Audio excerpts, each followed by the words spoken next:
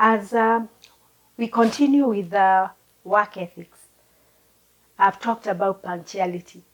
So it won't be right for me to close this topic of work ethics without talking about time management. And I'll just talk about a few things that are important when we are looking at time management. When we talked about quality work, we still put in some comment on quality work needs to be timely. So why am I talking about time management? I've talked about punctuality in your workplace.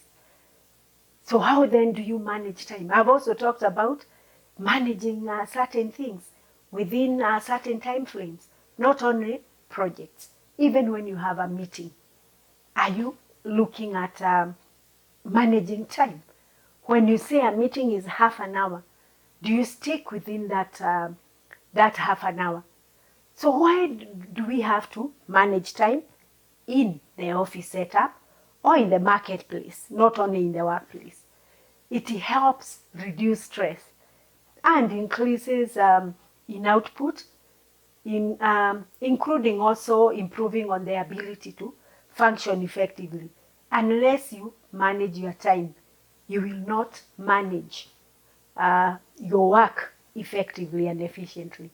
So it is important that even as we work, even on ourselves, as we coach ourselves for success, we manage our time properly. And that's why we have always been talking about setting SMART goals. It's all about managing our time. If we talk about a certain thing, do we have some timelines?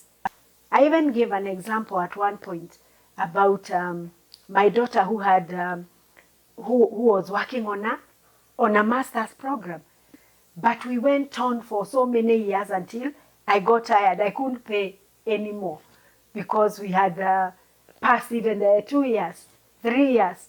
The master's is still ongoing. You can't do a master's for over 3 years and still say you're working on it. You must give yourself some timelines for you to even be motivated. Even when it comes to completing your own personal projects, make sure that you use a calendar and you know the time that you are going to spend. So why is time management important? We are looking at increased productivity. We've talked about productivity. How productive are we? We will be productive if we manage our time more effectively. Reduction of stress. Avoiding to prolong things for so long. We have time management, so we are working on our whatever projects we are doing within some time frames. So stress will be reduced. Then it increases our professional reputation. People know that if they give us a project, we will do it within a certain time frame. Enhances the ability to focus for long periods of time. Because you can do a calendar, you can set goals and stay within a certain period. It increases decision-making capabilities or abilities. We've talked about people who stay too long before making a decision, which almost looks like a decision has been denied because it is taking too long. Then if you manage your time more effectively, you are able to even free up certain time to do other tasks. It also brings out a high level of discipline if you are managing your time effectively and efficiently.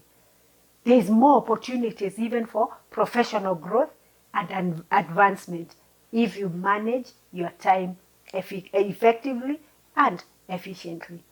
So we will look at the best practices in time management. Remember, these series are also part of coaching ourselves for success. And people that are coaching themselves for success will manage their time more effectively.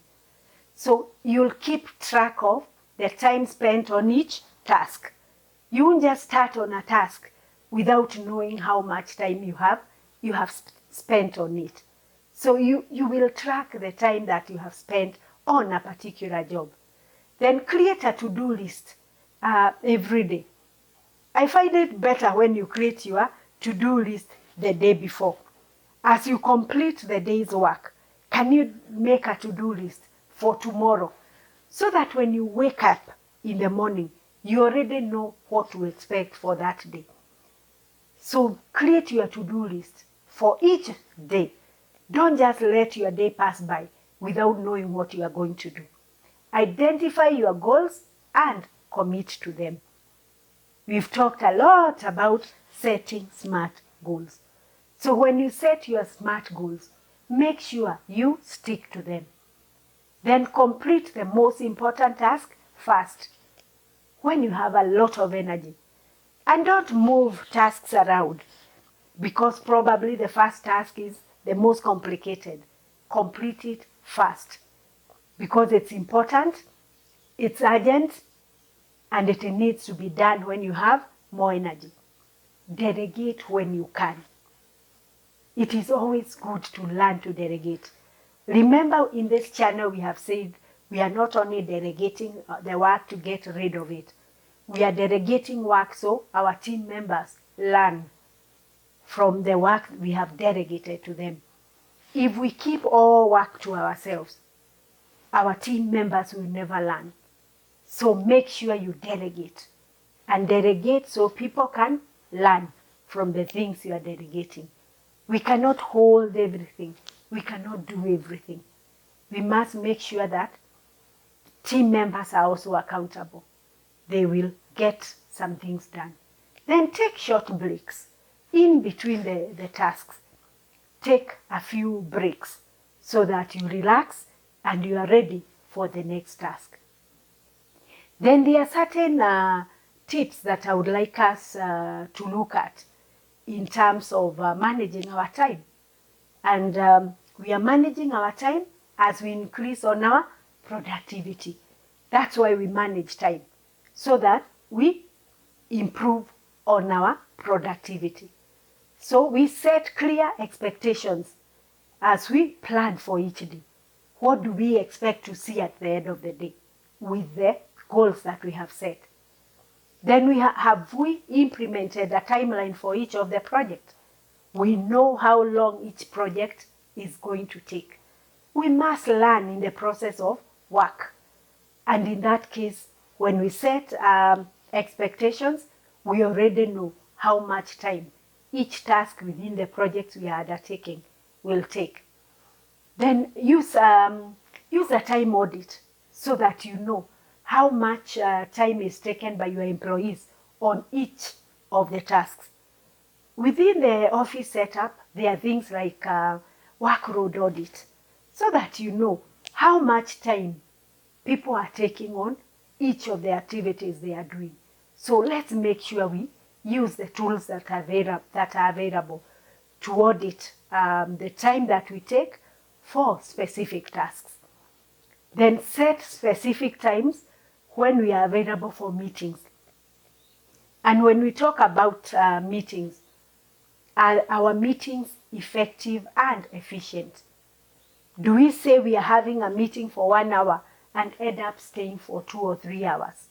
Those are not effective meetings. When we set timelines for our meetings, if it is 30 minutes, it should be 30 minutes. Then limit your distractions. There are lots of distractions currently, and we need to work on limiting that. If it is social media, we need to limit that. If it is our own personal calls, we need to limit that. It is said that when you take a personal call, at times it will take over 10 minutes to get back to work and to where you were. So let's limit on distractions for us to deliver on quality work. And we are working within certain timelines. Then we need to reward ourselves and our employees for meeting the goals that we have set for ourselves. Let's take time to celebrate the small wins, so that even when we win big on a certain project, we are able to celebrate. Thank you so much for listening. If you are new here, remember to like, comment, share, and subscribe to this channel so you are notified whenever we post videos such as this. Thank you.